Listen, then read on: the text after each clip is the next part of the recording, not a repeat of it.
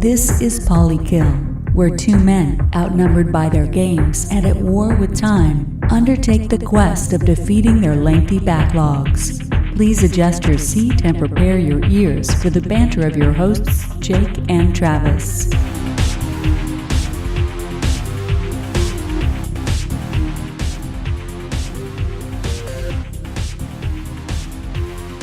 Emails. Such. All right, it's recording. Hello once again, everybody, and welcome to another episode of the Polykill podcast. As always, we are your hosts. I am Travis. You can find me on social media at Trav Plays Games. I like those old retro games you got to blow the dust off of. And with me, as always, to my right, my good buddy Jake. Hey, it is Jake. I'm at the McAxel on social media. That means Twitter and Instagram, the only places I really care about on the internet. And I tend to play a few of the old games too as of late. Knocked a good afternoon out over here at Trav's in the Retro Fun Dungeon, and had some blast with that. And also today we have a special guest. We do have a special guest. It's sad it's taken so long to get him here. He's probably the reason we have about 75% of our listeners. That's true. He is the one, the only, Diego Avila. Diego, welcome to the show. It's great to be here, guys. Have you been waiting your entire last 2 years of your life for this moment? I really have, No. Since the first episode of Polykill that I ever listened to, which, by the way, was the episode on episodic games. I have wanted to be a guest on Polykill because you guys are just the best. Well, that's awfully kind. I believe some of it. But no, we really do appreciate for everyone out there that maybe doesn't know, if it had not been for Diego, we would have never found our way into the Cartridge Club. That's true. Which is an affiliation of several podcasts in a nice, cozy group of people there on the internet. So thank you, Diego, for that. My pleasure. If you're new to the show, everybody, we are just some dudes. Typically, it's just me and Jake talking about beating video games. That's what we do. We just beat the games. We line them up, and knock them down. That's what we try to do. Like dominoes. We're not particularly good at them. We're not speedrunners. We're not setting records, but we have a backlog, and we try to get through it. And that's what we're going to be talking about here. Some housekeeping notes, though. Off Kilter 15 is going to be all about dreams. Dreams. Now, Diego, today on Twitter, you let one loose. You let a dream out into the Twitter sphere. You didn't submit it for the show. Was that just a taste of what else you got for us for the Off Kilter? Oh, guys, I'm always giving you my best stuff. So, however wild that dream was, I got something better for the show. All right. That's good. That's great. It's good to hear.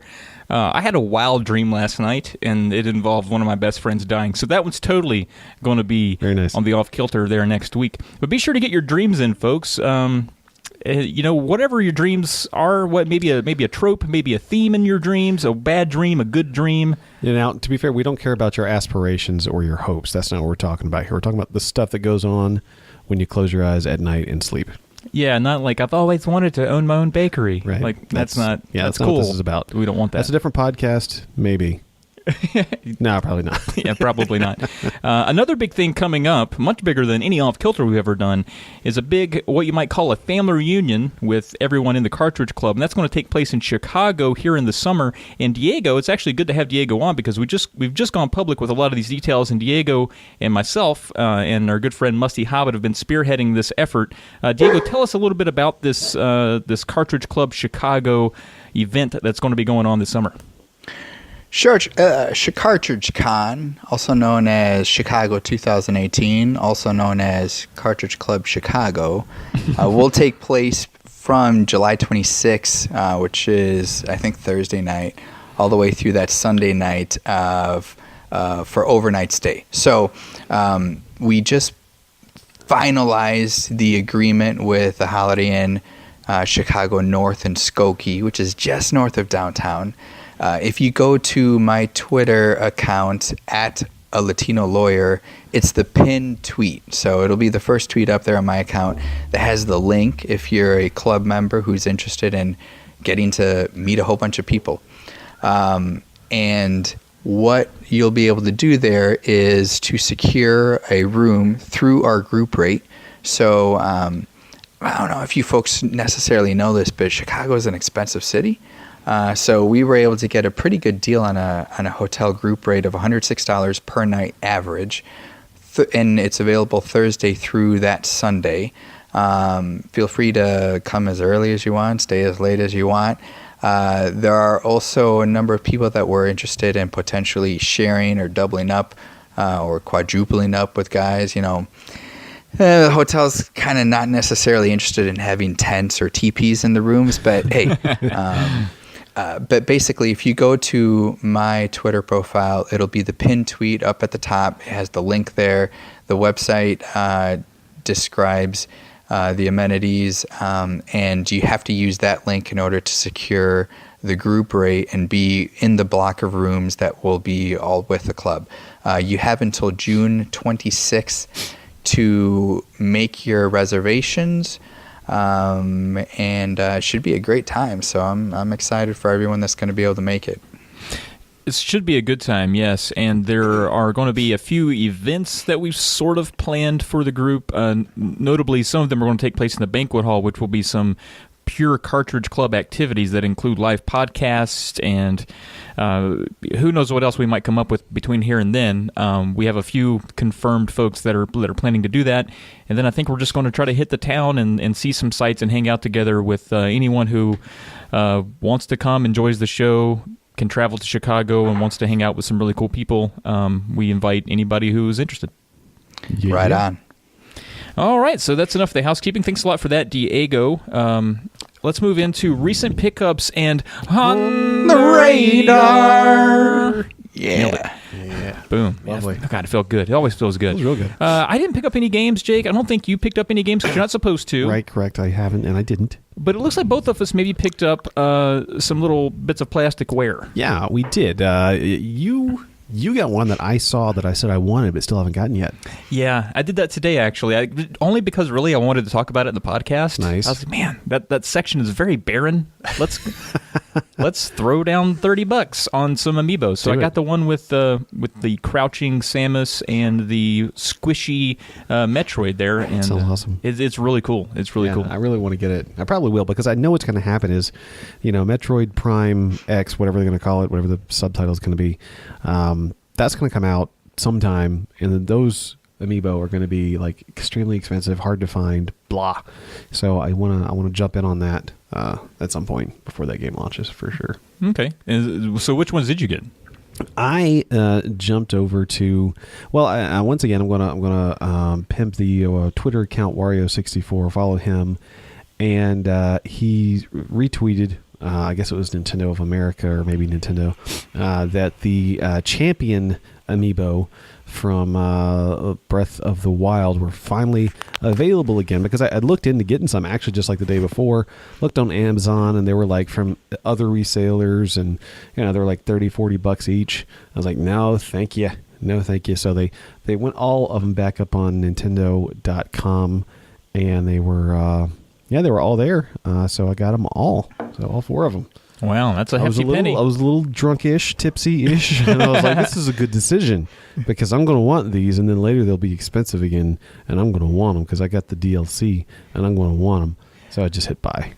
Right, and you're not allowed to buy games, so maybe this filled that. It will once I have them, I'm sure. Yeah, but that'll get me caught up. I'll have all the Breath of the Wild amiibo at this point then. Very cool, man. So that's important to me. For Diego, do you care about amiibo? You're a Switch owner. Do you care about the amiibo? I have two amiibos. One of them is actually my pickup. It's you guys talking about amiibos as your pickup reminded me that since the last episode of Polykill, I bought the Super Mario cereal, which doubles as an amiibo. Yeah. I don't know. Right. Yeah. So I had a pickup. Holy cow. But I also have the Link amiibo from like the way back when. And that's the only amiibo I've ever purchased, and probably the only one I ever will. Fair enough. Well, can you describe the cereal? How does it work? What does it do? Tasted it? Well, okay, so it's obviously a Lucky Charms knockoff, right? Okay. But, growing up, there was a phase in my childhood when we were poor. So there were plenty of times that we went to the store and I didn't come home with Lucky Charms. I came home with Oats and Marshmallows or whatever the hell the generic brand would be called. Super Mario cereal is better than the generic, but it's not Lucky Charms. So it's somewhere in the middle. Gotcha. And have you used the cereal amiibo in any Switch game yet? Not yet. Okay. And I was contemplating what I was going to do with the box because I finished the cereal pretty quickly in about a week. And I actually took it to work. So it's kind of sitting up on this little ledge that I have along with some other toys and stuff there. And now that I'm reminded that it's an amiibo as well, I might have to bring it back home and figure out what it does. Gotcha. That's a good conversation piece anyway. Yeah. All right, so this is the part of the show where we talk about things we're looking forward to here in the next while. And Jake, I looked at the list of games coming out. I did too. I'm not excited about anything over the next 2 weeks. That's not to say there's not some things coming out that some people will like, but for me personally, I wasn't excited about anything. I think the biggest thing for a lot of people is going to be that Bayonetta 1 and 2 dropping on Switch. Yeah. That's kind of a big deal for a lot of people. I think eventually I'll probably pick that up, mainly just because I want Bayonetta 2, because obviously I never got a Wii U and would never have a chance to play that otherwise. You can come over to my house and play it. Yeah, but you're supposed to send that back to Diego, so you might do that between now and then. But anyway, I looked, it was pretty barren. Feeling good about this commitment not to buying anything because, I'm really kind of underwhelmed with everything that's kind of dropping about now. The only thing that I really want is Monster Hunter World, but I'm not going to buy it. I'm going to wait till everyone's done playing it and buy it sometime in August and play it by myself and cry. Well, does it have a big online multiplayer I think so, piece yeah. to it? Yeah. I mean, is it necessary to get it Oh, it's not now? necessary. Okay, so you're not going to it would miss be too much. helpful to get it now. Okay. Because by the time I buy it, everyone's going to be on, I don't know, Far Cry and maybe GTA Online still, and I don't know. PUBG maybe still, Red Fortnite, Dead 2. whoever knows. Yeah, I don't know. Who knows? Okay, fair enough. We'll see, though. Diego, won't what be are a you looking AAA forward game to? anymore, man. That's true. It won't be. Diego, what are you looking forward to here in the next bit? Anything at all? Yeah, a couple things. So I'm not interested in the Bayonetta game for Switch. I had it for Wii U. I beat it. I enjoyed it. Trav, it's yours to keep, though. I don't think I would ever play it again. I'm on a self-imposed 5-game pickup for this year, and that's just because that feels more aligned with kind of me as a game purchaser, at least new game pickups, right? Sure. But there is something that I'm really interested, but it's not in the next 2 weeks. We're talking more this summer. It's a game called Daddy Diaper Duty 3, also known as my wife and I are having our third child in July of this year. Dude, congratulations. That's awesome. Yeah, That's so awesome. Unfortunately, it does mean that I won't be able to make it to CartridgeCon. That's true. But on the other hand, for all the Toronto, Ontario club members that are making the trek, my house is directly on the route between That's true. that part of Canada and Chicago if you go through Port Huron. And trust me, you do not want to go through Detroit. You want to go through Port Huron. So my house, mi casa es tu casa. Feel free to stop by, have a clean toilet to use, get some, sweet tea, other refreshments, hang out, meet the baby. But I will not be going to Chicago. Well, that's definitely mixed news, but we're very excited that you're going to be looking out for your Daddy Diaper Duty 3. Now, answer me this: is that a third-person pooter? Oh man, I think it's more of like a bullet hell game. Sometimes though, it's more like a slime shooter. Nice. Gross. So you mentioned that you're welcoming some cartridge clubbers to your home, maybe on the way by. Certain circumstances are allow for that. You had me at Sweet Tea. I don't know if we could maybe crook the road up for some Virginians to maybe swing in on the way through. If we can manage it, we might do it. Well, if you're driving up from Virginia, you're probably going to be going through Indianapolis, right? So from Indianapolis to my house is about 4 hours. And from my house to Chicago is going to be about another 4 hours. And so, that's not too bad. You might as well come out for some sweet tea. Yeah, that's I've gone further out of my way for sweet tea in my life, so I might as well swing on by and see what Daddy Diaper Duty 3 is all about. Yeah. But yeah, congrats, Diego, That's awesome. That's it. That's our scoop here today. This is what we got. Thanks, guys. We exclusive premiere. Yeah, that's what we should call it. Yeah, for sure. I don't know if we'll ever top that again here on our show, but let's find out what happened last time, Jake. Let's find out. Previously on Polykill, Jake's weeks between episodes was unkind and he was unable to play or beat many video games, but Trav completed a handful on the Super Nintendo and continues to plug away at Persona 5. Jake's long play shifts again, this time toward Legend of Zelda Breath of the Wild, and he's maintained his New Year's resolution of not buying any games for 6 months. Games expected to drop in 2018 are ranked by the Salsa Index for the topic of discussion. All right, Jake, so that's what happened last time here on Polykill. Your long play shifted again. This time you moved over to Breath of the Wild. This is like your 4th episode in a row where you switched long plays. Are you married to that one, finally? I'm still married to that one. Well, I haven't had a chance to play it a lot. Well, we'll get to it. But we'll get to it. Still married to it. And then last time, we played some retro games. That continues on here today, too. So we'll get down to it. Let's just start this. You and I both finally, well, I won't say finally. I finally beat a game, but you and I again played an old game together, which was correct. What has been sabotaged here is Super Mario Bros. 3. Right. Mario no, Bros. Super. So it's Maria. Maria. That's right. Wow. You went full. I don't know what happened. I don't know how to read. Right. I don't know how to read It's sometimes. fine. Super Maria Bros. 3. Yeah. And once we tweeted that, and of course the Instagram, as you do, Right. and our own little Just Beat It, which we occasionally do, someone was scalded hot. They were like, "Which one of you hadn't beat that already?" Right. And I was like, "Well, we both have now, so I don't know why you mad." But but it was me. I had never beaten that game. It's long, and I never really wanted to. It's passe. It's Mario, and I never had it growing up, and I wanted to play other stuff, and I kind of knew what I was getting into with it. But, played it all the way through. It's still kind of tough. It's a good game. Especially when you're hammered like we were. But it's good. It's Yeah, good, solid game. I think I may have told the story at one point, but I guess it was Christmas of 93 or 94. I don't really recall, but that was the only gift my sister and I got that whole year was Super Mario Bros. 3. And I don't know, I've just kind of got a special attachment to that game, and I do think it's probably one of the more diverse, at least original NES Mario games. 2 is obviously an anomaly. 1 is pretty straightforward. This one, there's a lot to it. And I love those airships.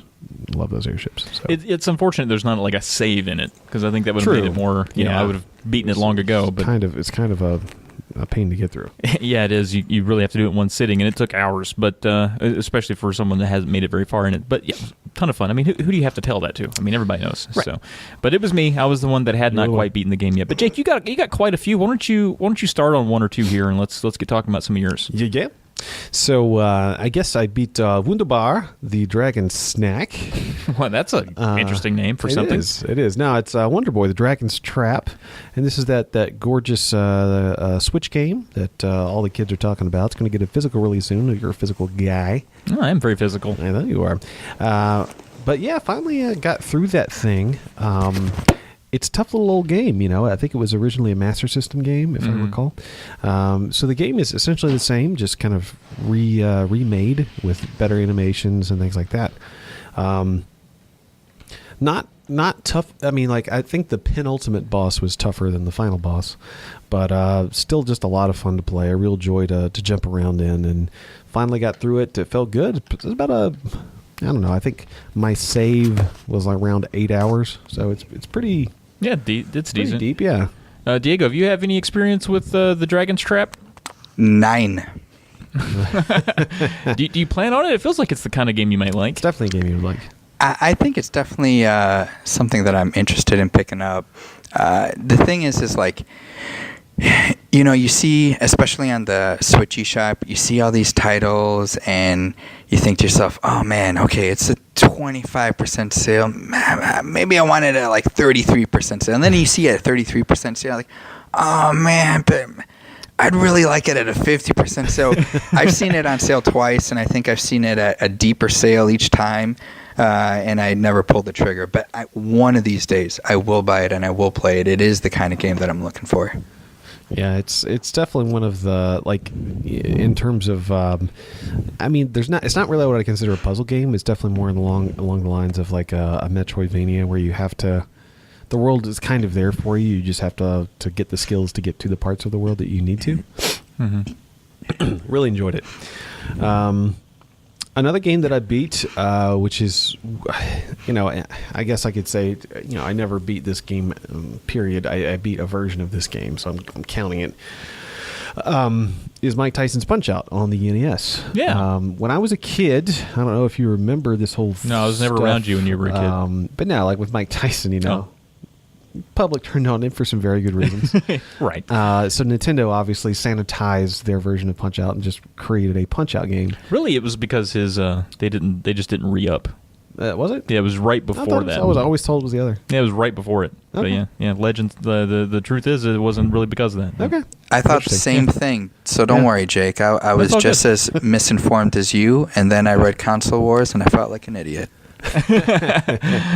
So like as a kid, I beat the OG Punch Out versus the final boss is Mr. Dream, who is essentially just a reskinned Mike Tyson, which sounds very violent, but it's it's essentially the same game. And I went back through it, I guess last Saturday when I was over here in the Fun Dungeon.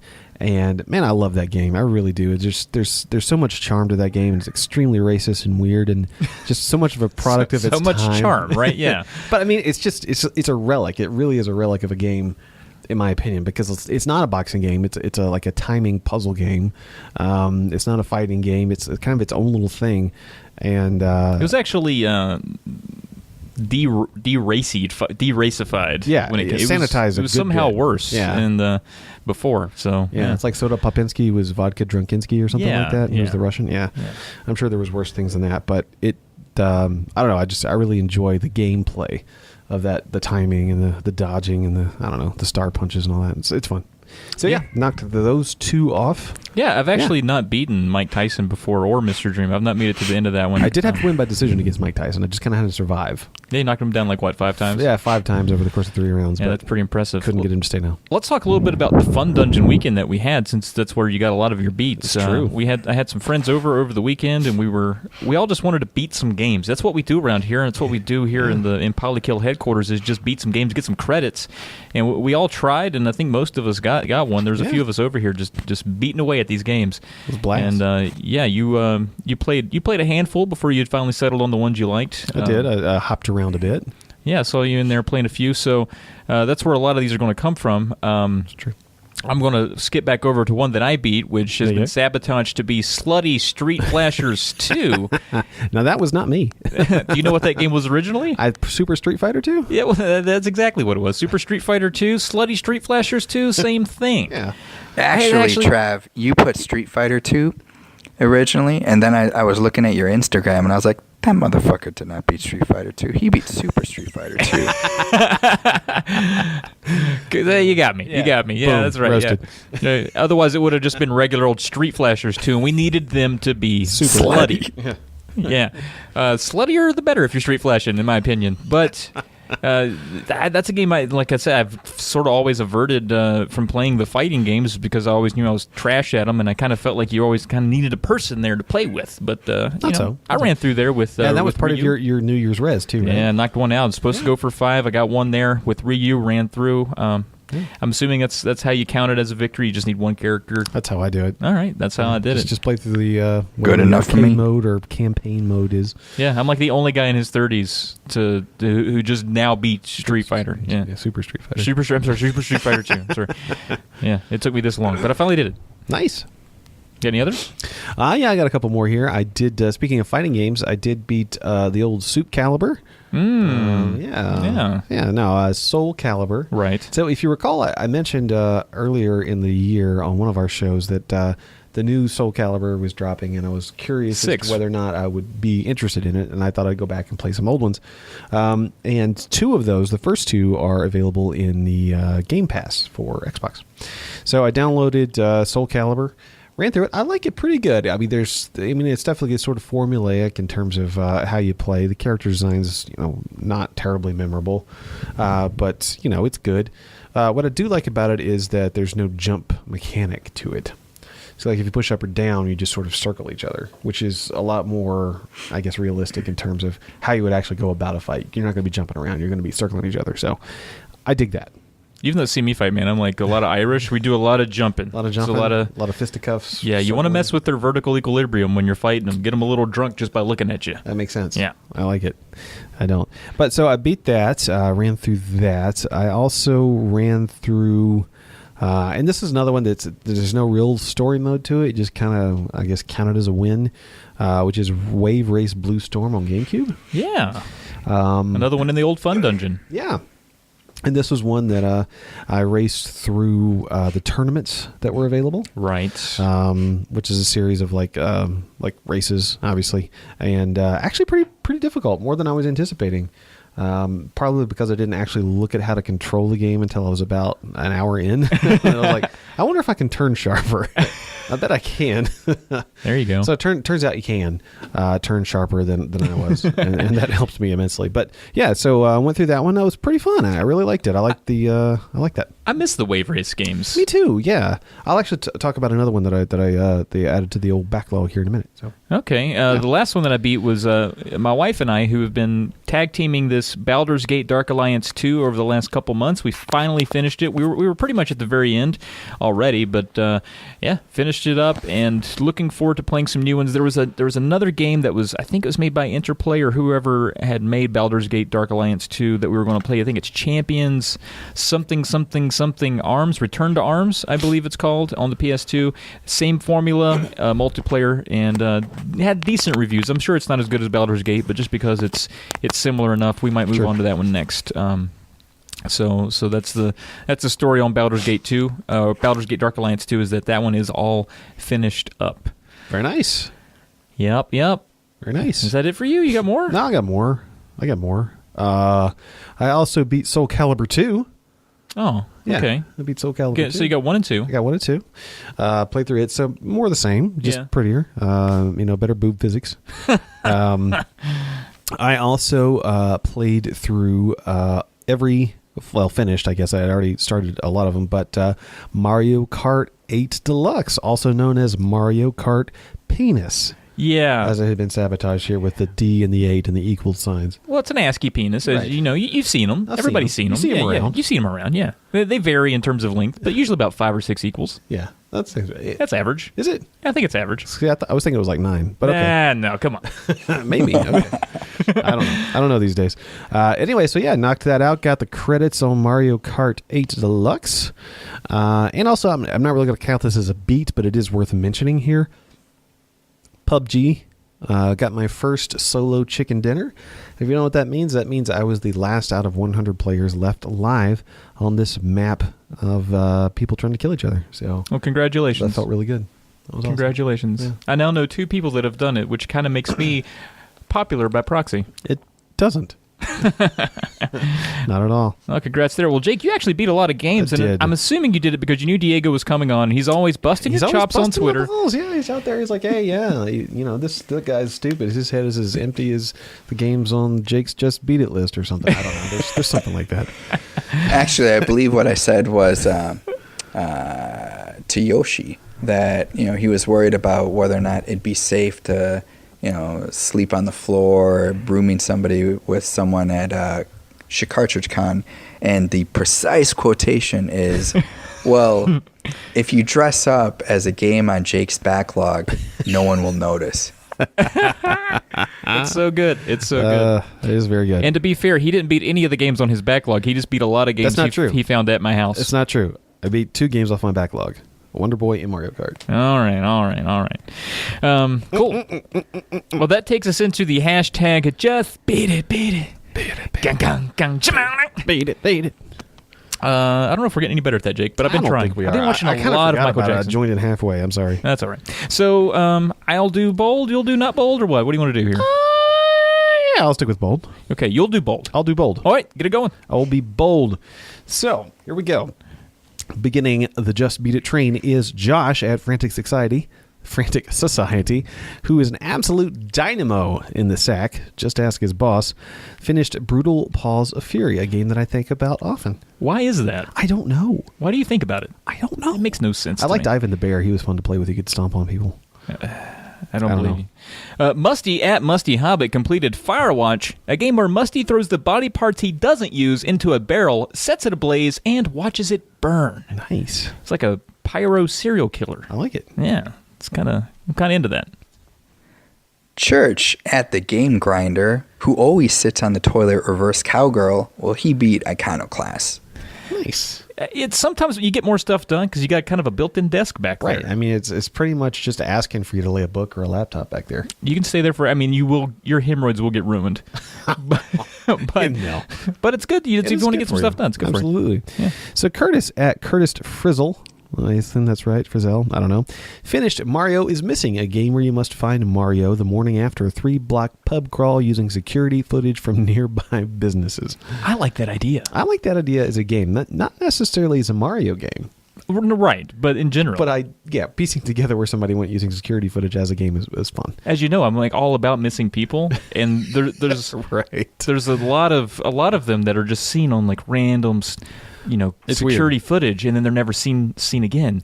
And I'd be totally into that if it were like an investigative game, like a modern Sherlock Holmes, where you got to find people using security footage. Chase at Chase the Mad Gamer, who has a bad reputation for not honoring the safe word, finished Slave Zero. Wow. It's on the Dreamcast, yeah. Got to honor that safe word, man. Come on. Yeah, come on. Josh at Bush League _hero, whose favorite Kama Sutra position is called the Inside Out Horse Corpse. Finish Super Punch Out. That's a good one. That's my good buddy Josh. Yep. Way to go, Josh. Way to Monkey go. Girl at Colette Lev put a bow on Thimbleweed Park, a game where you must scour a park full of prickly brambles looking for your amphetamine drop point. It's sometimes tricky. You set up these drop points. You're like, put my amphetamines here, just a regular bag. Don't draw attention to it. Just walk away. Right. And they don't put it where you tell them, and you got to look through the whole park. Scour Takes it. hours. Yeah. You just want a little upper. Yeah. That's all you need. That's all you need. Caleb at Caleb J. Ross finished What Remains of Edith Finch. What he found scarred him for life. Turns out all that was left behind of Edith Finch was a single feather and most of what could only be the top part of the beak. Ugh. That finch was destroyed. Ugh. Gross. Josh at Creep 1337, who says Tide Pods taste better when coated in Fun Dip, completed Windjammers. Nice. I bet he's not wrong. I bet he's probably right. I mean, most things are better when covered in Fun Dip. That's true. Now it's time for the Polykillers. People out there who hashtag just beat it, use their screen cap that they captured with their phone or whatever device they played with. It's a Right. modern device. Click. More than once. They did it more than one time. They're Polykillers. Yeah. Kick it off, Jake. All right, Cliff at Cliff Hikes, who says the closest celebrity encounter he's ever had was walking into a bathroom stall right after Ron Jeremy limped out, finished A King's Tale, Final Fantasy 15, and The Last Guardian. What would you do if you're walking in and Ron Jeremy limps out of a stall? Do you go to a different stall? I don't know. I think you check on somebody. That's what I would do. Are You Okay at Are You 0K, who often role plays with their significant other, where one's a hard-working blue-collar mechanic covered in grease and their lover is a moped-riding drifter with a leaky muffler, survived Power Rangers Fighting Edition and Street Fighter II Turbo. Nice. That's a Street Fighter great 2 Turbo YouTube was- channel, by the way. Are You Okay? Yeah, it's good stuff. I should check it out. Totally You should. Jeffrey at Self Destructo completed Earth Defense Force and Katamari Damacy. Did I say that right? I think maybe. All right. Well, whatever. Katamari Damacy is a god mode game where you roll giant boogers and devour innocent people around the world with a colossal nasal mucus monster of destruction. That's pretty accurate, actually. That's crazy. That's basically the game. You just push around big old giant boogers. Awesome. Ryan at his rocket sauce, who said he's feeling good these days, says he's young, hot, and full of fun pills. Completed Samus Returns and Telltale's Guardians of the Galaxy. Glad to see Rocket back on top of his game. It is. Feeling good with those I fun didn't know pills. Guardians of the Galaxy was finished. Is it all out? I assume so. I think Batman's the one that's still trickling. Okay. But I could be wrong I about thought that. they're always staggered. Yeah. Miles at Flock of Nerds, who's hitting the fashion world by storm. Check out his new line of sex khakis on his website. Finished Pokken Tournament DX, Mortal Kombat, and Kung Fu Panda Showdown of the Legendary Legends. Nice. He's playing some fighting games. Is the Kung Fu Panda one a fighting game? I don't know. I mean, it says Kung Fu, so I'm going to make an assumption. There's some fighting that takes There place. might be some fighting. I wonder which Mortal Kombat that was. Like the original MK? Well, I guess. Kyle at Doplick survived Super Win the Game, Game Gear's Mega Man, Sonic Drift, and World of Goo. World of Goo is what Kyle welcomes his victims to after he lets them out of the shed. Wow. That's dark. That's very dark And and sticky. squishy. Yeah, very mushy. All right, Chris R. at Base Guy 654 completed G.I. Joe on the NES, Breath of Fire, Mega Man X, and Final Fight. Speaking of Final Fight, Chris won the last physical fight he was in, and to this day, no one is sure what the dog with no legs even did to him in the first place. Chris, you can't be beating up dogs, especially when they have no legs. Can't run away from you. Come on, man.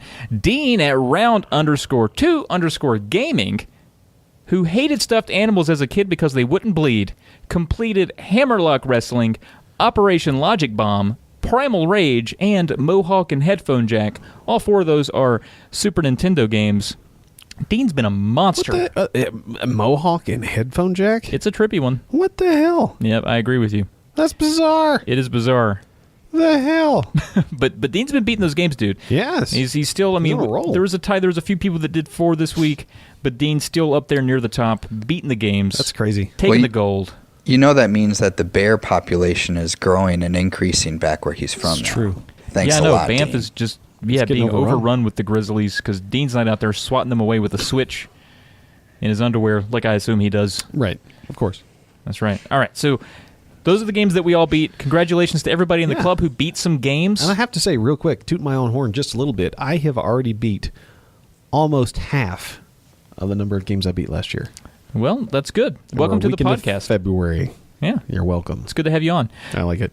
Yeah, but good. seriously though, good job. Glad you're playing some more games, beating some more games, coming over Yeah. to the fun dungeon, Yeah. trying out some more games. It's always a blast. Now it's time for the games that we're replacing those games with in a section we like, the segment we like to call Restocking the Log. Restocking the Log. If the sheet is to reflect the truth, both Diego and I are abstaining from the segment. We are saying not weird. adding any more games. We're still trying to beat the games that we have in front of us. So what are you doing? What I am doing is, I completed Wonder Boy, so I needed another kind of arcadey style Switch game to fall in its place, and that was Plaster Blaster Zero. Right. Right. Yeah, I get it. It's kind of dirty, right? It's a little dirty. I mean, I can fun. make it dirty. It's fun dirty. It's fine. Yeah. Like, it's enjoyable. But no, Blaster Master Zero, and I'm probably... I think I'm on the 4th area. I don't know how many there are. I don't know how big this game is. You're But about I'm having a lot halfway. of fun with it. Yeah, you're about half. Okay. Really enjoying it. It's a lot of fun. I love the shooting mechanics. I like the the sort of, I mean, you both know it's like got the split thing where you're in the vehicle or you're out, terrestrially, and the game shifts perspectives a bit. It's a lot of fun. And I'm playing on mostly docked actually right now because I got that sweet Pro controller. Which, by the way, just quick review of the Pro controller. It's awesome. I charged it up about 2 months ago and I haven't recharged it since. So Very cool. it's top of the line engineering. The other one that I'll say that I added to the backlog is Riptide GP Renegade, and this is another one. This was just added to Game Pass. We were talking about Wave Race, and you said you missed them. Well, if you ever get Game Pass, you should get this because it's pretty much the same thing. As Wave Race is like set in the future, and there's robots and like a slight light RPG elements and all that going on, but it's pretty fun. It's prettier and got cool water physics and all that jazz. But it's $10 normally, or you can just download it if you have Game Pass. So highly recommend it if you like the wave racing. Good info. Yeah. Really good info. If you like good info, Diego has the solution for you. That's right. This episode is sponsored by Cowden Technologies, LLC. Cowtech focuses on product development in robotics, web apps, mobile apps, home automation, or some combination of the above. To learn more or to start a conversation about your future product or idea, send an email to info@cowden.tech. Booyah. Booyah. Thank you, Diego. Yeah. Guys, if you like what you're hearing so far, it's probably because Diego's here. Normally it's just me and Jake. But be sure to check us out on Facebook. We know everybody's leaving Facebook, but if you're still there, if you're hanging on, check us out over there, facebook.com/Polykill Podcast. We're also members of the Cartridge Club. You can go to cartridgeclub.org. That's short for organism. Orgasm! And you can hang out there with all our friends in the Cartridge Club. We're also on polykill.com. That's where we keep all our stuff. You can reach out to us with those dream stories we were talking about earlier, or any feedback you got, anything you got, at polykillpodcast@gmail.com. We're also on Spotify. That's pretty cool. Yeah, it's pretty cool. Please rate us on iTunes or whatever service you use. That always helps. And subscribe to our YouTube channel. Please. Put some stuff out. Yeah. And we got some more stuff coming. I really want to see youtube.com/Polykill one day. That'd be awesome. Please. It'd actually be fun to say that instead of telling people just to find it and subscribe to it. Yeah, it would be. All right. It's time for the Long play. Yeah. Beautiful. Beautiful. Harmonious. Gosh. I'm jealous of it, and I was in it. Yeah? It was so good. Jake, you talked for a while, I and did I talk for a while. I talk all the time. Diego, what have you been? What do you got on your long play? What's going on? Man, motherfucker, I am still playing Samus Returns. And I have been on a mission to try and beat that game for this episode. And I am on Ridley, who's the last boss. Now, for those who may not know, Samus Returns is a remake of the old Metroid 2 for the Game Boy. And they added Ridley as an extra boss. So, the point of the game is to get like 40 Metroids, hunt them down, and I've been diligent with updating on Twitter, my progress in the game. Yeah. And I tweeted a picture of I was down to 5 Metroids left, and Rocket Sauce, who, he has this game on his Just Beat It. He was like, hey, those last 4 are really tough. And I was like, fucking challenge accepted. And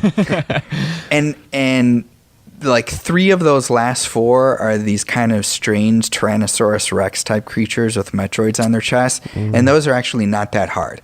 They have all very similar patterns. Once you learn the pattern, you just got to be patient. And then after that, you get down to 1 Metroid and you think there's 1 Metroid left, and then you find out that there's a whole room of 10 little Metroids that you've got to kill. So I did that. And then you get to Queen Metroid. That was a great boss fight, and I beat her ass today.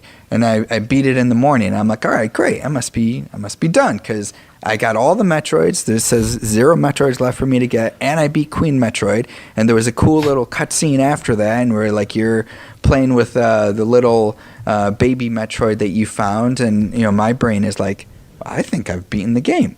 Nope.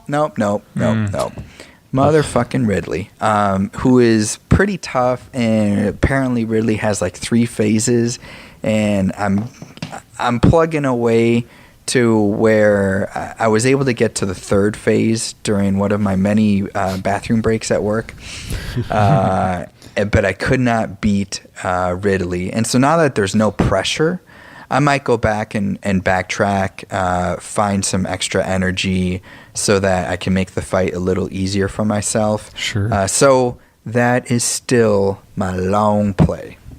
You know, what impresses me most is how alike we are. I, too, occasionally enjoy beating it in the morning, and then sometimes I'll sneak off, beat it in the bathroom at work. Sure. So I do appreciate that. I think one day when I get a Switch, I'll be able to beat it in more places. But that's the impressive part of that, is that you're just beating it all the time. That's what I do. That's what you do. No, speaking of Metroid 2, Jake and I played through that. I guess it's been a couple years at this point. I really enjoyed it. It's sort of the black sheep of the original, 3 that came out. But Right. I liked having that countdown, knowing that you got 40 left and 38 left and 22 left. I wish more games would do that. I kind of like that. Yeah. What do you think about it? Do you like that? I mean, compared to the other Metroids? No, I really liked it. This game's a little more linear than Super Metroid, right? So like Super Metroid is very, you got to go here, go back there. This thing unlocks stuff that you couldn't get to in the, other areas of the game. And so that was a different type of convoluted maze to figure out. So it was nice to have a more straightforward, hey, there's 40 left. Hey, you're making good progress. And the game also kind of gives you hints as to how many Metroids are in that area. Right. So, you have an idea of like, oh, okay, I've got like 3 more to find in this area, and then I must, be able to exit to the next area. So it was fun. And it's been a great game to play. I've been waiting years for this game. To have a true kind of spiritual successor to the last 2D Metroid game to come out. And I haven't played too much of the GBA games. Both are great, and one of them is actually the Cartridge Club Portable Game of the Month. Right. Quick plug there. Yeah. So yeah, and to answer your question, it's a nice mechanic. Yeah, and I enjoyed it quite a bit. For me personally, though, playing some Persona 5 still, I'm very married to this game for as long as Brian lets me have our PS4. He's sort of been in Vive mode a little bit more with his That's his true. VR. So I've been sneakily not telling him what day it is because it's like the 21st of the month. 21st of the month. It's supposed to be when we switch. It's a couple weeks past that. He it's hasn't noticed. well past January. And he's still trapped in Fallout 4 VR. So I've been playing quite a bit of Persona 5 actually. I'm about 35 hours in. I'm still loving it. I'm about halfway, or maybe a little more than halfway through the third palace, and it's still great. It's got me hooked. I love the story, and the funny thing was, my buddy Chad, he was kind of interested in the game, so he's like, maybe I'll just jump on Twitch and see some people playing it and see if it's something like a style that I would like or something like that. And he talks to me about it. And he goes, yeah, man, I saw some people playing the game the other day, and there was like a cat in a wagon under a sewer running into stuff, and I was like, yeah, that's a bit of it. Yeah, that's parts of it. That's a couple % of the game. Yeah, it's got a lot to it. But I don't even know how to begin to even explain what he saw. I was like, yeah, so there's a I won't even fine. get going. Yeah. So, but I'm absolutely loving it. So That's great. Yep. I'm glad. It's awesome. Sweet. So for me, my long play remains to be Legend of Zelda Breath of the Wild. I really haven't progressed much since the last episode. you've been playing all these other games. Yeah. Trying to knock out some games. However, I really no updates. Just still playing it, still loving it. It's a great game. Cool. about Yeah, it. not a whole lot you can say about either of those without spoiling much. Yeah, I don't want to do that. Unfortunately, but you still got plenty to go on it, though, Yeah, right? Oh yeah. Yeah. Yeah. Oh yeah. Good deal. All right, so it's time for side quests, games we don't tell our long play about. We're playing them over on the side. We should be playing our long play, but sometimes You get an itching for something different. you get itching for something different. You want to go piddle. You want a little piece on the side there. Jake, what have you been doing on the side? Well, notwithstanding our Evil Within days with Brian. Right. So Yeah. we're still doing that. I guess we're about to start the 11th of 14 chapters, so we're getting close. About 3/4, I would say. Yeah. Maybe a little further. Yeah. Yeah, we're like 7/8. No, 7/16. No, 9/16. No, 11/16. 3/4 was good, I think. So aside from that, Blaster Master 0. Halo Spartan Assault, still occasionally plugging away on that. Like if I just wanted like a mindless, dual thumbstick shooter that's pretty easy to jump in and out of, short levels. I'm not that familiar with that game in particular, so can you explain a little bit about how that one works? Basically, you play, I think there are 6 different 5-level campaigns. You play as a different Spartan in a different theater in each one, and it's, along the lines of a, isometric dual thumbstick shooter. Okay. Yeah. Okay. Assuming it's canonical because it's made by Microsoft and all like that. So right. Yeah. I think it was originally a mobile game or tablet game that got ported over to Xbox. Interesting. Very interesting. Yeah. And aside from that, I played jump into some Overwatch again a little bit, just dabble. Huh. Been a while. Yeah, it's been a while. Thought I'd jump in. They've changed a lot. The meta has switched. New competitive season. They just started the Year of the Dog seasonal event with new skins and intros and stickers. So a lot to sink your teeth into. And then the occasional round or two on PUBG. Yeah. Do you find yourself less interested in PUBG now that you've gotten that chicken dinner? No, because I still want to get a squad one. I still want to get a duo one. And then I still just want to get them again because it's so fun. Gotcha. Cool deal. For me, I played a little bit of that Sunset Riders. Remember a long time ago I was talking about this game? It's a side-scrolling shooter. Not too far removed from Contra, but Western themed. Now, this is one that you and Josh were playing. We were playing it during the Fun Dungeon Marathon. That is correct. Now, we didn't get very far, and I'd seen Dean Lasagna, the Master Polykiller, beat it. I'd seen that he had beat it, and I told him, I was like, I never can get past, I think it's called Chief Wigwam in the game. He's like, that's not racist. It's not. But he's very, very tough. But I did find that there was like a level skip thing that you can do. So I was trying to get to some different levels and practice some of these guys. I still didn't have any luck. Like, it's a very tough game. So again, hats off to Dean for actually making it through that game in like a day. I've been trying it for months now and still can't beat it. But I did try that a little bit, and it's still, despite how hard it is, it's one of those games that it's still, I keep coming back to it because it's fun. It's a fair amount of difficulty, which I enjoy. Yeah. And then the Vive. I played with some of Brian's VR games there. Fallout 4, Doom VFR, both were great. I almost threw up a few times, but worth it. Yeah, I didn't even try Doom VR. I knew I'd lose my biscuits. It's a fast biscuit loser, that Doom VR. Yeah. Diego, what about you? What you got there on the side? Oh, don't tell Samus Returns about this, but I got Goof Story. Whoa. Golf Story on the side. Right. Which is a great little game on the Switch. I think it's a Switch exclusive. It's kind of like a marriage between Earthbound and NES Golf.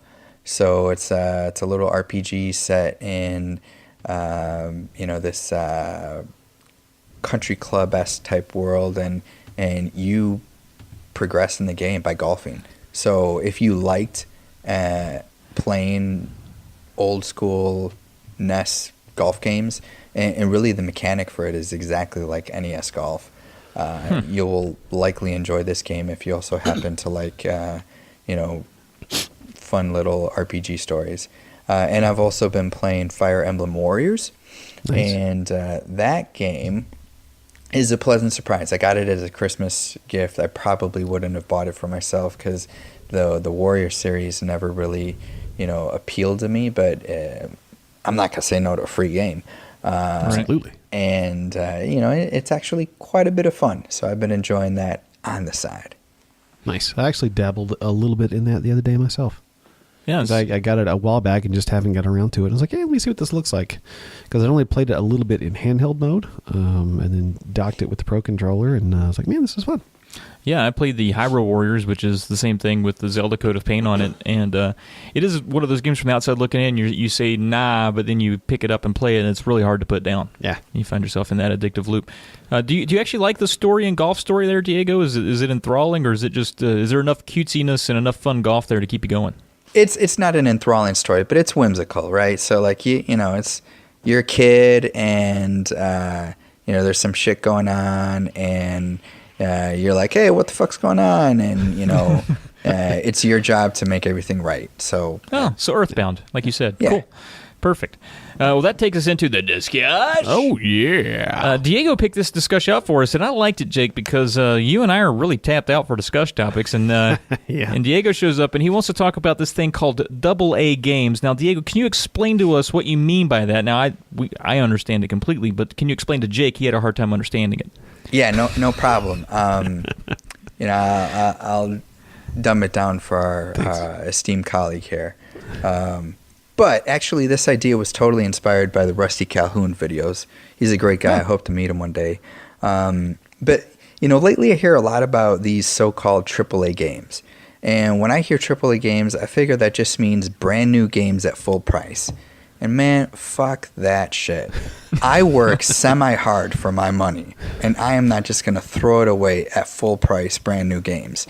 So, to me, AA games kind of falls into one of two categories. And one of it is historical, and the other is kind of just me being a cheap bastard. But one category of AA games was like, cheap games that nobody cared about, that your parents got you back in the day because they were poor. And there was a period of time when my parents were poor, so, they got me games that were kind of like Defender 2000 for the NES. And it kind of felt like getting knockoff sneakers and being told to go play with the cool kids who got to wear Reebok pumps. Right. And the other category of AA games are, I would say, games that were once AAA, but you wait over a year to pick it up because it's cheap. And those are the AA games that I am most familiar with. Yeah. And I think, so for one example, guy I follow on Twitter a lot, Collector Cast, good guy. He was wanting to get Doom, 2016 Doom for Xbox, but he was like, I'm going to wait till it's $10. And I was like, damn, $10. And it was like, I would see a cheap ass games thing come up for $20, and I'd show it to him, and he'd be like, "Nope, I'm gonna wait for $10." And I'd see it for $15, and I'd like quote the tweet and directly like message him, and he'd be like, "Nope, I'm gonna wait for $10." And then one day I open up Twitter, and there he says, he quoted the cheap ass games tweet for Doom 2016, $10, and he was like, price point achieved. Nice. And that's the type of AA game that I like. And I have no shame in buying a game that's 1 or 2 years old that 1 or 2 years ago everybody thought was the bee's knees, and I get it for $20 as opposed to $60. So, real life examples for me, I guess, in this would be, I remember specifically Christmas 1988. I was 9 years old. I wanted an NES, and I wanted Mike Tyson's Punch-Out so bad. But my mom could only afford not quite that. So she got me an Atari 7800 and a ton of games. And she knew I wanted Mike Tyson's Punch-Out, so she got me the boxing game that came for the 7800, which was called Fight Night. It's a terrible game.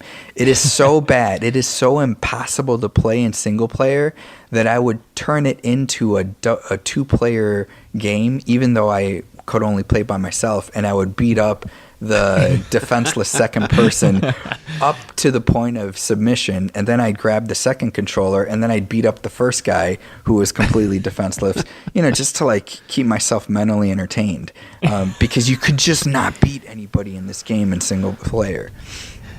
That's crazy. The only good thing about that Christmas was I did get bootleg copies of the movie He-Man Masters of the Universe and the Transformers the movie. And my dad was a guy who would like borrow the company camcorder and then rent VHS tapes and then like make the illegal copies on, Fujifilm VHS cassettes. Right. And he would like make a little label for it and wrap it up and be like, "Here's your present, Deito." And I'd be like, "Oh, cool. What is it? It looks like a movie." And I'm unwrapping it, and I'm like, "Oh God, Dad, this is so embarrassing." Because your friends come over, like, "Do you want to watch a movie?" "Yeah, what do you got?" "I've got bootleg copies of He-Man." That's awesome. That's great. Another one that comes to mind is Christmas '93. Now, this is actually to me, it's a lucky event that my mom was cheap. So I wanted NHL '94, but I didn't realize that NHL '94 took away the fighting. So I wanted what I now think is the less fun game. There's a debate to the end of time, what's better, 93 or 94. Right. I now think that I enjoy 93 more because I like the fighting more. I'm not a hockey purist. I just want the arcade fun. And so my mom, she was at Funkoland, which was kind of like a used game store where you could trade in games and buy used games in the Chicagoland area anyway. And she saw NHLPA 93, and this is Christmas of 93, and she didn't know that companies like EA Sports did crazy shit like releasing 94 in 1993. So she sees NHLPA 93. She thinks, oh, I'm going to get Diego the new game. He's going to think I'm not a cheap mom. So Christmas morning comes, and I find out that 93 is the game I get, and I'm pissing and pouting, and I'm being such an ungrateful bastard. I'm sure I'm going to have a great time parenting kids who I can already tell are a lot like me. And then I end up loving the game because it's got fighting, and it's just a great game. And then the last kind of real life example I had is that in summer 2001, just before Sega announced the discontinuation of the Dreamcast, or maybe just after, I'm not sure, I wound up buying a bundle with a ton of games. And because of it was, basically on its deathbed, I got it for way cheap, and, a ton of games that I actually wound up donating all of them to a former student of mine when I was teaching. But, it was a great deal, and it's like I could have gotten PS2 or GameCube for twice as much, and all the games would be super expensive, or I could get, a Dreamcast and a ton of games that were cheap, and everybody was going to have a good time at my house after work. So there you go. It's kind of this mentality of ugly games, they need love too. Copycat games can be fun, with or without alcohol. I've still never played Double Dragon, but I beat the shit out of some bad dudes. I actually think Bad Dudes is a better game. I agree with that. I'll be honest with you. It is. Yeah. And the Double Dragons, it's kind of hard there toward the end. Doesn't make any sense. It got some like weird platforming stuff in it. Doesn't make any sense. But you're winning with Bad Dudes for sure. Absolutely. I have a couple of these stories too. Now that you got to mentioning them, and one of them I did to myself because every year, the JCPenney catalog, that big giant book that would come to me. It must have cost a fortune for JCPenney to ship that shit. No wonder they're out of business now. Basically shipping a cinder block and no one could afford anything in it. But I used to called that my wish book. And my mom would say, get your wish book out and highlight what you want, and we'll get you nothing out of it. And so I'd go through the wish book, and they had this thing in there called the Tiger GameCom, and it had like internet connectivity, and it had all this list of games, and I was like, man, this thing looks cool. I'm going to be like all of my other friends have these fancy things like Game Boys and stuff like that. I'm going to be cool because I'm going to have something a little bit different. And I did. It was the Tiger GameCom. It was terrible. Nobody else had it. I couldn't even get it to connect to the internet. It came with all sorts of stuff to do that with. Wow. It never worked. The games are terrible, absolutely horrific. I mean, we're at the point where like the Game Boy Color is booking along, and this thing is like has worse black and white contrast than the original Game Boy. I mean, it was awful. So I did that one to myself. I said I wanted it, and that's what they got me. And then I couldn't act sad when I got it. So, way to go, Trav. But another one was back in the day. I was very much an NFL football fan, and not so much into college. I didn't know much about college football. Pro football was all over television. College was sort of hard to find. And I wanted a football game for Christmas, and my mom got me the NCAA like 98, I think it was. Was this what system? PS1. Okay. Yeah, and I was like, man.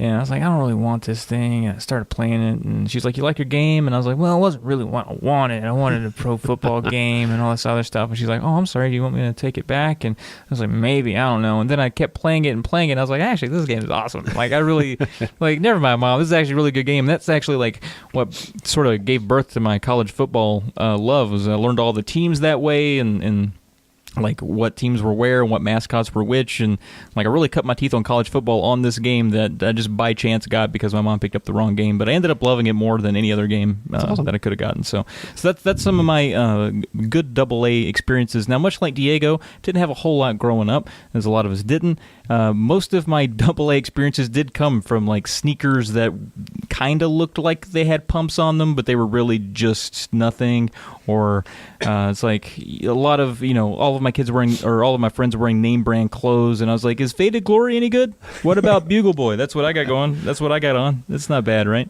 And those were hand-me-downs too, so they weren't even new. But right. I think we're all familiar with that AA mentality. We are. Yeah. What about you, Jake? You got some stories? I mean, I don't really have any stories like that, honestly, and it's not because that didn't happen. It's probably just because I don't remember it very well. But there were obviously times when I ended up getting more so on my end because, when I started getting games for myself, because my parents didn't really buy a lot of games. They would more or less say, go pick out something. And that's kind of what would happen. I rarely got games for Christmas unless I was like really young. Right. And that was like maybe 1 or 2 years. You're only young for a couple years? No, I only got games for a couple of years when I was young. There we go. That makes more sense. I guess when I think about AA games, I tend to think about those games that are somewhere kind of like one of the other definitions that Diego gave at the top of the discuss segment. Mm-hmm. And I was thinking along the lines of like pretty much if you see Focus Home Interactive at the start, I feel like that makes it a AA game.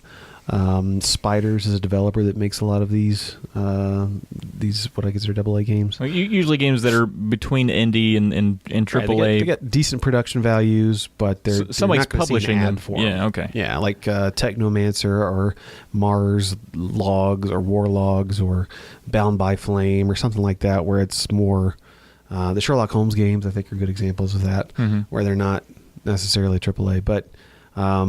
I do tend to wait a lot on some of the bigger games these days. I'm more thrifty, and I don't think I've paid full price for a game in a very, very long time. So that's good. Yeah. Yeah, and like last year was an anomaly for me. I got 8 new Switch games. All right. Now I bought the Switch on day one, and I bought Zelda on day one. But other than those 2 purchases, every other game that I got was the result of some kind of trade-in. And it definitely was out of character for me to get so many new games like right off the bat.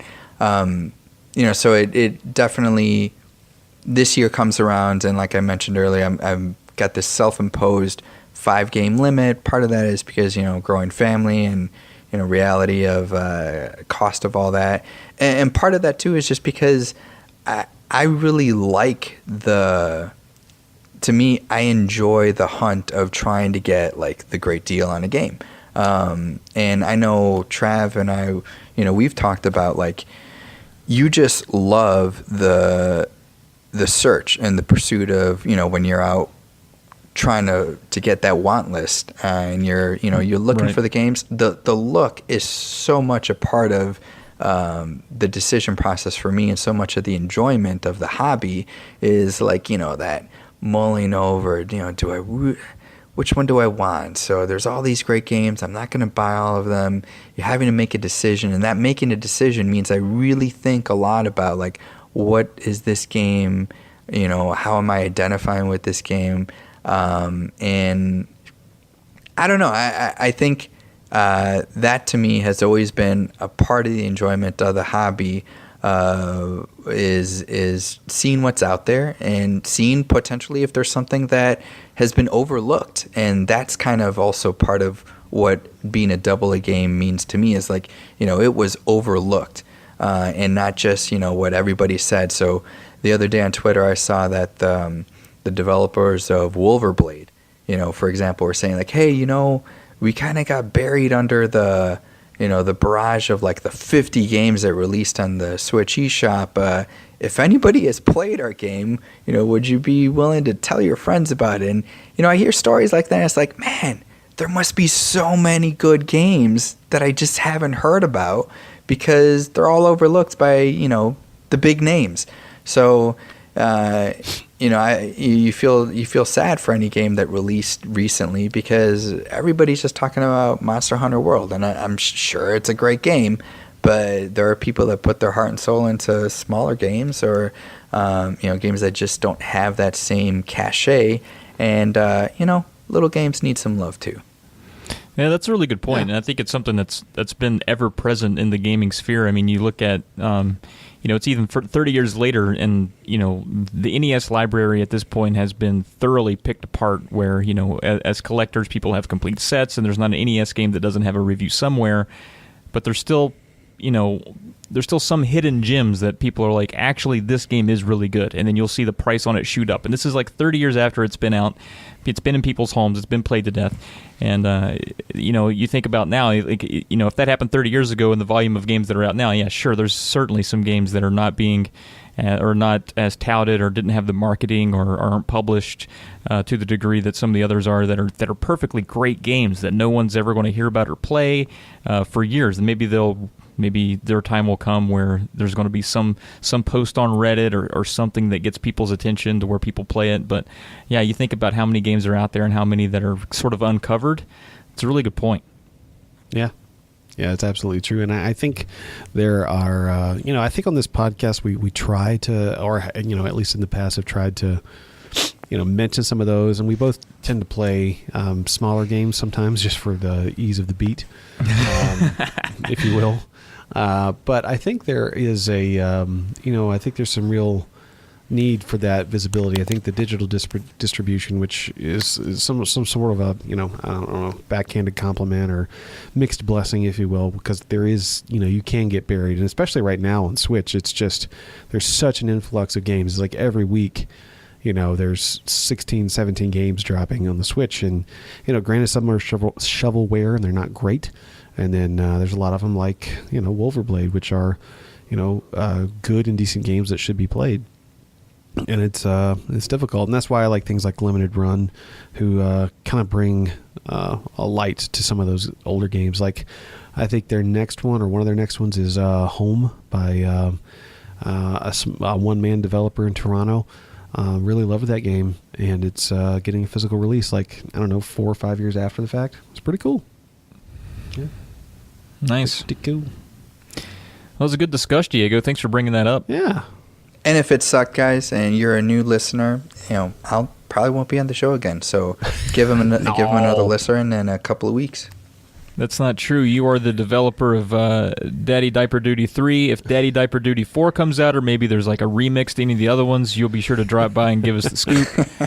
Yeah, you're waiting on that physical release of Daddy Diaper 3. There it is. There's my joke. All right, yeah. Thanks again, Diego. Everybody, please follow Diego on Twitter. He's at a Latino lawyer. He tweets pretty regularly. It's always interesting and informed. He's one of the smarter people that follow us, which is why he's here, to make us look good. And thanks again, Diego, for all the help you've given us as a podcast, from just giving us a few tweets and a few pushes in the right direction and helping us find a good community. Well, thanks for having me, guys. I love you both. Love you too, man. That's all we got, Jake. That's all we got. All right, until next time. Peace. Adios.